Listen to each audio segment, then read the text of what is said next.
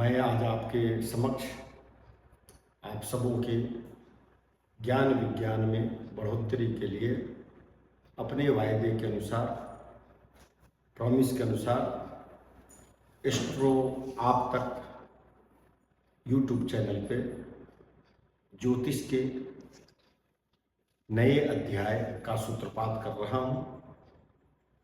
इस ज्योतिष के क्लास में जिसका शीर्षक है आओ ज्योतिष सीखें, मेरा एक छोटा सा प्रयास है। मैं 27 वर्षों के अनुभव को आपके समक्ष रखने का प्रयास करूंगा। मित्रों, जैसा कि आप सभी जानते हैं, ज्योतिष जो दो शब्दों के मेल से बना है, ज्योति और ईश। ज्योति का अर्थ होता है प्रकाश, इसका अर्थ होता है ईश्वर। प्रकाश ज्ञान का पर्यायवाची है, वह ज्ञान जो हमें त्रिकालज्ञ बना दे, जो भूत वर्तमान और भविष्य की सम्यक जानकारी दे दे। यह एक दैवीय विद्या है, इसीलिए ज्योतिष को दैवज्ञ कहते हैं। मित्रों, ज्योतिष जीवन के सभी पहलुओं को, सभी आयामों को स्पर्श करने में सक्षम है। जैसा कि आप सभी जानते हैं, ज्योतिष का आविर्भाव वेद से हुआ है और वेद में ऋग्वेद के अंतर्गत 36 सूक्त ज्योतिष के संदर्भ में आए हैं। यह अपने आप में एक पूर्ण शास्त्र है। मित्रों, जैसा कि आप ब्लैक बोर्ड पर देख सकते हैं, मैंने लिखा कि ज्योतिष शास्त्र कला है अथवा विज्ञान है। जैसा कि आप सभी जानते हैं, कला का निष्पादन, कला की संपूर्णता, कला का मूर्त रूप कल्पना से होता है। जब हमारी कल्पनाएं साकार होती हैं तो कला की सृष्टि होती है, और कला का निष्पन्न रूप, कला का मूर्त रूप ही शिव की अभिव्यक्ति करता है। वस्तुतः कला की परिभाषा ही होती है वह भाषा, वह शास्त्र जो अपने तार्किक अध्ययनों से, तार्किक कार्यों से, तर्क के द्वारा यह संपुष्ट कर देता है कि यह संपूर्ण संसार शिवमय है, और जहाँ शिव है वहाँ जीवन है, क्योंकि बिना जीवन के शिव की कल्पना नहीं की जा सकती, फिर तो वह शव ही हो जाएगा। इसलिए जहाँ सत्य है, जीवन सत्य है, मृत्यु सत्य है, जीवन की घटनाएं सत्य हैं, इसलिए हम यह कह सकते हैं कि यह कला है। यह कला हमें जीवन जीने की राह दिखाता है। हमें अपने जीवन में कब क्या करना चाहिए, यह सिखाने में यह शास्त्र सक्षम है। इसलिए सत्य से शिव की ओर जो ले जाता हो, शिव से सुंदरता, सौंदर्य की ओर जो ले जाता हो, जो नारायण का मिलन कराता हो, ऐसे सत्यम शिवम सुंदरम की अभिव्यक्ति ही शास्त्र है। किंतु शास्त्र को जानने के लिए कुछ नियमावली होते हैं, कुछ नियमबद्ध तरीके होते हैं। जैसा कि आप सभी जानते हैं, शासु अनुशिष्य से निष्पन्न है यह शब्द, जिसका अर्थ होता है अनुशासन। अर्थात जब हम किसी भी शास्त्र का अध्ययन करते हैं, जब किसी शास्त्र को सीखते हैं, तो निश्चित रूप से उस सीखने के क्रम में अपने जीवन को हमें अनुशासित बनाना पड़ता है। किसी भी विषय, विद्या या कला का मौलिक सूत्र से लेकर विषय वस्तु के सभी आयामों को सुनियोजित और सूत्रबद्ध निरूपण, इसी को शास्त्र कहते हैं। हमारे मनीषियों ने शास्त्र की परिभाषा करते हुए कहा, शास्त्री च त्रायते च शिष्यते अनेन शास्त्र, अर्थात जो शास्त्र हमें तारण करता हो, जो शास्त्र हमें अनुशासित करता हो, वस्तुतः वही शास्त्र कहलाता है। जो शिक्षा अनुशासन प्रदान करे, हमारी रक्षा करे, हमारा मार्गदर्शन करे, वस्तुतः वही तो शिक्षा शास्त्र है। शास्त्र, जितनी भी शास्त्रों की रचना हुई, उसका मौलिक उद्देश्य जन कल्याण ही तो है। जन कल्याण के लिए विनिर्मित किया हुआ अथवा उचित मार्ग निर्देशन के लिए जो ग्रंथ तैयार करे गए, वह शास्त्र कहलाया। इसमें उचित क्या है और अनुचित क्या है, उचित कार्य हम कैसे कर सकते हैं और अनुचित कार्यों का परित्याग कैसे कर सकते हैं, वस्तुतः यही शास्त्र है। इस संदर्भ में यह कहना अतिशयोक्ति नहीं होगा कि शास्त्रों में ज्योतिष भी एक महत्वपूर्ण शास्त्र है, जिसे हम वेदांग कहते हैं। जैसा मैंने आपको बताया, वेद अपौरुषीय है, वेद ईश्वरीय है।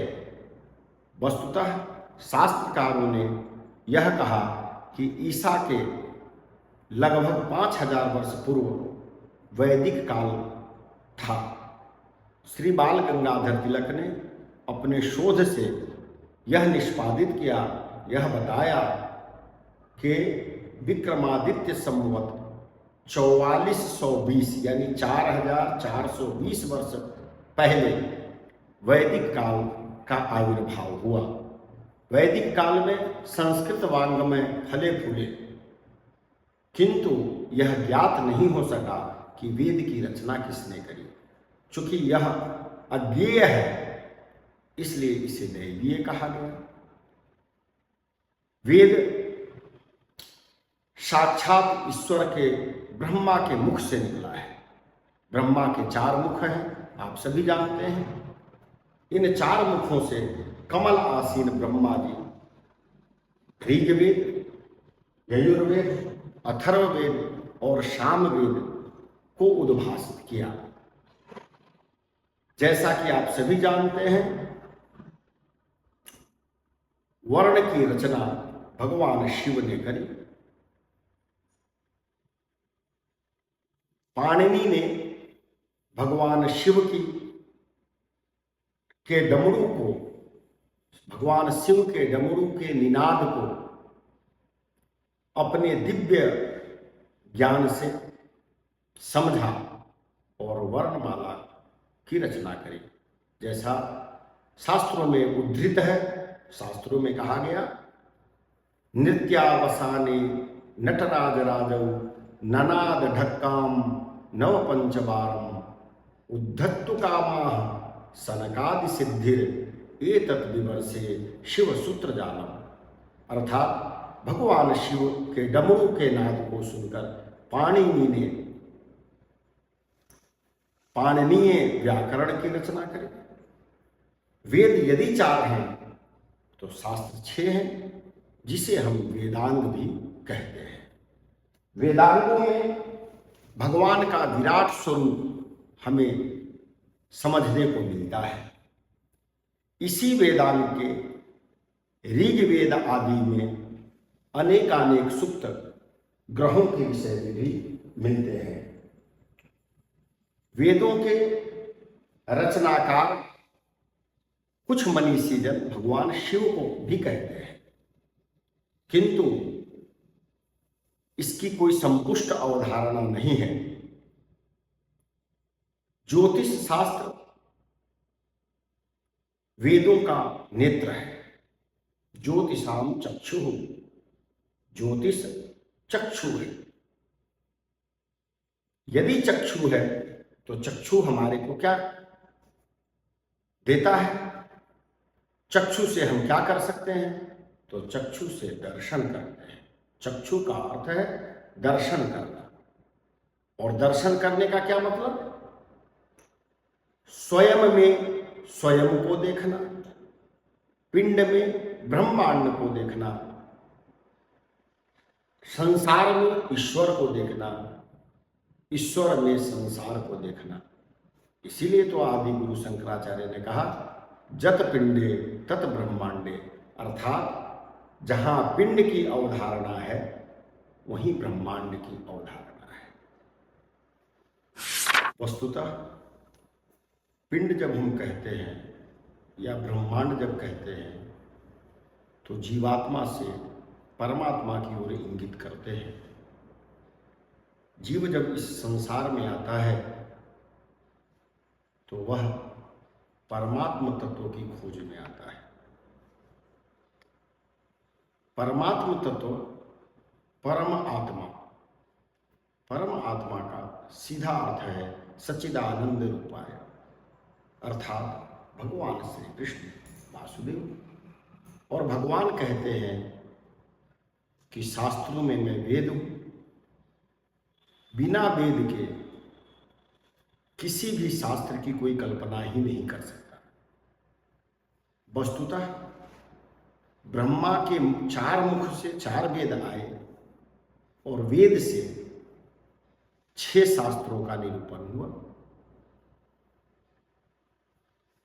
कालांतर में महापुराणों की रचना हुई, उपनिषदों की रचना हुई, भाष्य आदि गुरु शंकराचार्य ने शंकरम शंकराचार्यम केशवम बादरायणम सूत्र भाष्य कृतम वंदे भगवंतो पुनः पुनः। भगवान शंकराचार्य ने भाष्य भी लिखा।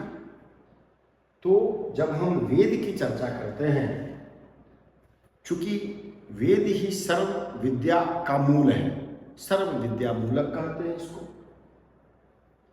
तो वेद की यदि 4 शाखाएं हैं तो अति प्राचीन कई मनीषियों का कहना है कि जो 3 वेद हैं वे ऋग वेद से ही लिए गए हैं।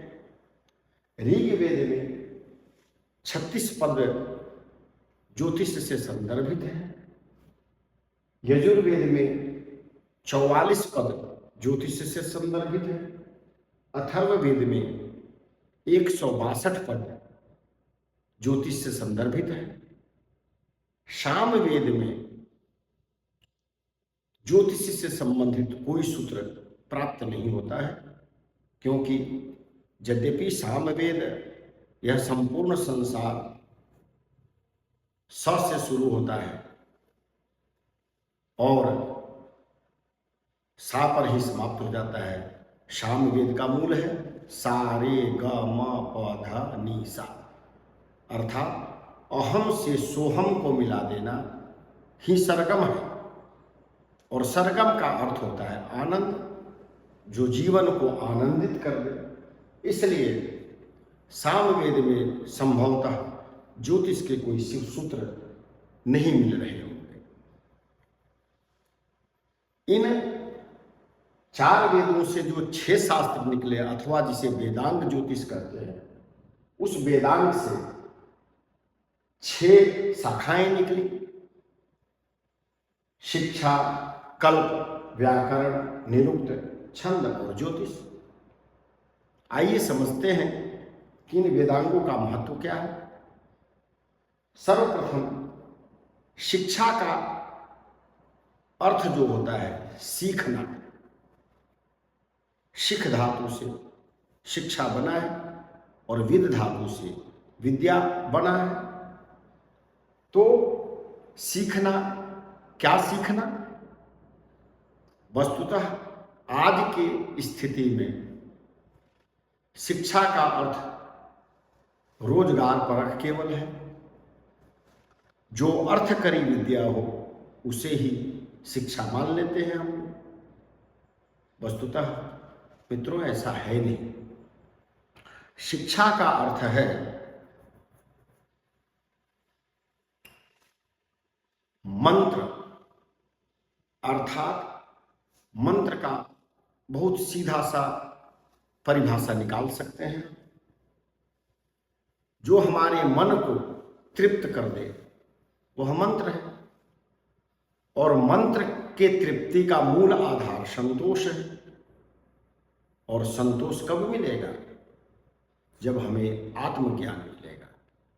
इसके लिए ऋग्वेद ने 3 गुरु निर्धारित करे। मातृदेवो भव, पितृदेवो भव, आचार्य देवो भव। तो वेद से जो शिक्षा आया, शिक्षा का केवल और केवल जो विस्तृत संदर्भ रहा, वह संदर्भ रहा वेद मंत्रों के उच्चारण को सीखना, स्वर आदि को सीखना। क्योंकि मंत्र क्या है? दैवाधीनम जगत सर्वम मंत्राधीनम तु देवता ते मंत्रा ब्राह्मणाधीना तस्मात् ब्राह्मण देवता। मंत्र महामणि विषय व्याल के मेटत कठिन कुंक भाल के, गोस्वामी तुलसीदास जी ने भी कहा। तो मंत्रों का सम्यक ज्ञान कराना ही शिक्षा शास्त्र का उद्देश्य रहा। तत्पश्चात कल्प की रचना हुई। कल्प का अर्थ था कर्म कांड आदि में, यज्ञ आदि में शुद्ध मंत्रों का प्रयोग कैसे हो, यह कल्प ने हमें बताया। कल्प के भी 3 शाखाएं निकली। पहला निकला श्रौत, दूसरा निकला ग्रह गोविल सूत्र, ग्रह गोविल सूत्र, और तीसरा निकला धर्म सूत्र। इन तीनों ही सूत्रों में कर्म कांड के मंत्रों के प्रयोग के विषय में हमें विस्तृत जानकारी मिलती है। तत्पश्चात वेदों का मुख जिसे कहा गया वह व्याकरण शास्त्र है। व्याकरण में प्रकृति, प्रत्यय, शब्दों का निरूपण, वाक्यों का विन्यास, समास आदि के संदर्भ में हमें बताया गया। और इसे सिद्ध करके पाणिनि आदि व्याकरणियों ने हमें बताया कि वस्तुतः इस संसार में स्वयं से लेकर संसार को यदि परिभाषित करना हो तो व्याकरण के अभाव में कुछ भी संभव नहीं है। व्याकरण ही हमारा संबल है, हमारा आधार है। इसलिए व्याकरण को हम वेदों का मुख कहते हैं।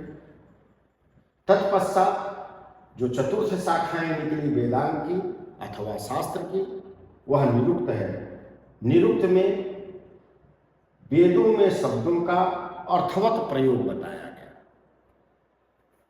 जो अर्थवत का अर्थ होता है, जो हम पढ़ रहे हैं, यदि हमें व्याकरण में नहीं समझ में आई, कल्प में नहीं समझ में आई, शिक्षा में नहीं समझ में आई, तो हम निरुक्त को पढ़ेंगे, निरुक्त का अध्ययन करेंगे। चूंकि वहाँ शब्दों को विशेष रूप से समायोजित किया गया, संदर्भों को अलग अलग दिखाया गया, तो निरुक्त में हमें समझने में आसानी होती है। इसी तरह से जो 5वां शब्द है वो है छंद।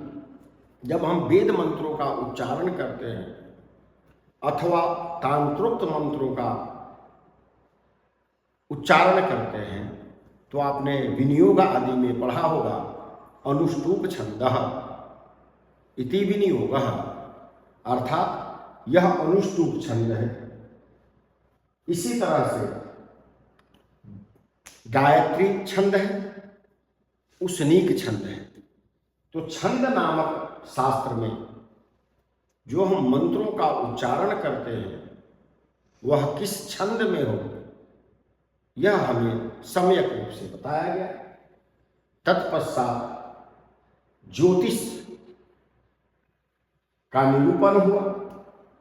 ज्योतिष का अर्थ है जो हम यज्ञ आदि करते हैं, षोडश संस्कार आदि करते हैं, तो उसमें काल की गणना, काल का निरूपण शास्त्रवत किया जाए। शास्त्रवत गणना के लिए जिस शास्त्र की रचना हुई उसे ही हम ज्योतिष शास्त्र कहते हैं। इसीलिए वेद में इसे आंख की संज्ञा दी गई। जैसा कि आप जानते हैं, वेदांग ज्योतिष काल विज्ञापक शास्त्र है, अर्थात ये काल की गणना करता है। और कहा गया है प्रशस्ति में कि वेदा ही यज्ञार्थम भी प्रविदिता कालानुपूर्वा विहिता से यज्ञा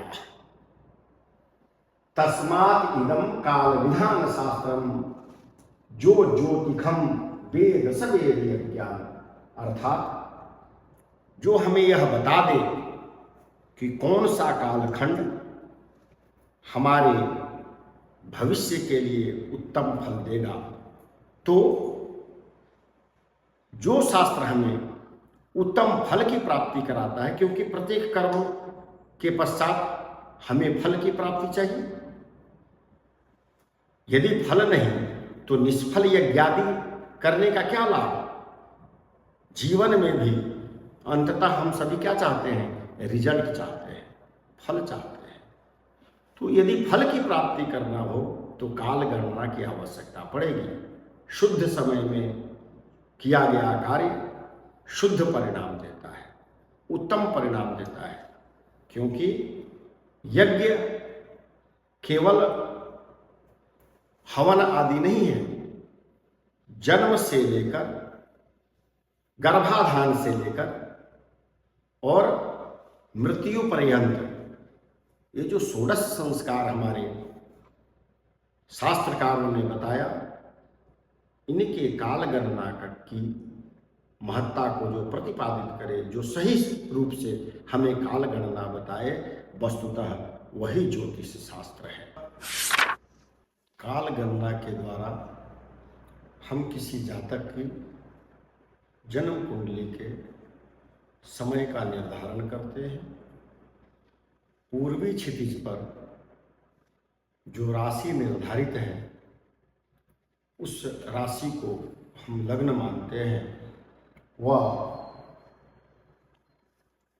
उस जातक के विषय में उसके जीवन के संपूर्ण भविष्यवाणियों को हम सत्यता के करीब तक ले जाते हैं। इसलिए ज्योतिष में गणित और फलित दो ज्योतिष हैं। गणित में काल गणना है और फलित में जातक के विषय में बताया गया है। इसलिए